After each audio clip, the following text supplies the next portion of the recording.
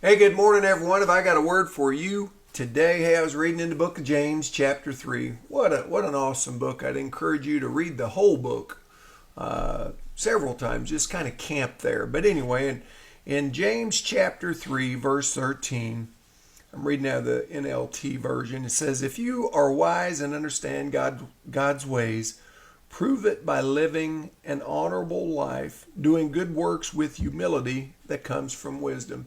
So I just want to break this down for us this morning. It says, if you are wise and understand God's ways.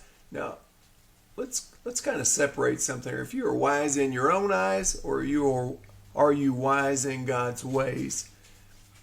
James is telling us to prove it by living an honorable life. Now, we all know what an honorable life is. We know what living for God looks like, and how we should strive to look more like God.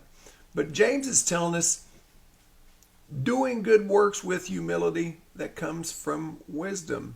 So I want you to grab a hold of this. He's saying, hey, if you're wise and understand God's ways, prove it by living an honorable life, doing good works with humility that comes from wisdom. I want you to know that wisdom comes from God. The Bible says in numerous places, if any of you lack wisdom, he should ask God, and God will give it to you in abundance.